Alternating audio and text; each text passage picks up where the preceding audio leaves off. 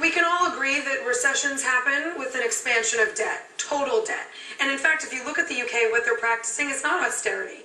Because austerity is not cutting the rate at which spending is increasing, it is cutting current spending, which they didn't do. And their total debt is up. Ours is down. So we're not making the kinds of cuts that we need to be, but we're actually practicing more austerity than the UK is. Okay, I wish we could. Did I just blow your mind? No, actually, I just have to go to new rules. Well, I don't agree. I was watching the Public Banking Institute's conference in Philly yesterday, and I heard some great speeches, amongst whom was Byron Dale, economist, who pretty much summed it up. He said the only way to corrupt a currency is to change it from a representation of wealth to a representation of debt. And doesn't that sound exactly like what you're doing?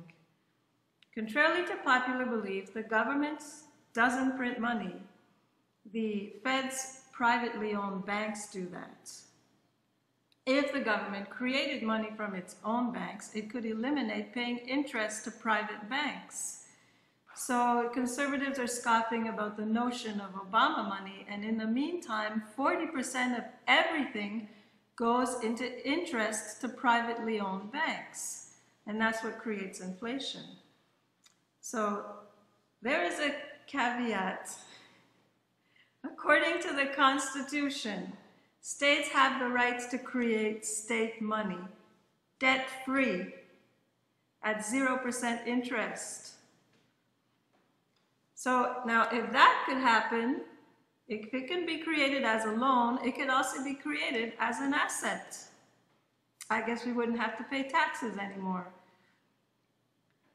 So let's just see Byron Dale's viewpoint is idealistic. But according to him, all money should only represent production done. He would get rid of debt altogether. As he reasons, how did we get into so much debt if everyone is working for a profit? The bottom line is no one should be able to create money for his own personal profits. So take Cory Booker's municipal bank in Newark, which is called Brick City Development Corporation. Just this year, it used fractional reserve banking to leverage the funds for housing developments, supermarket, and a teacher's village. But most importantly, it's gaining acceptance in the government.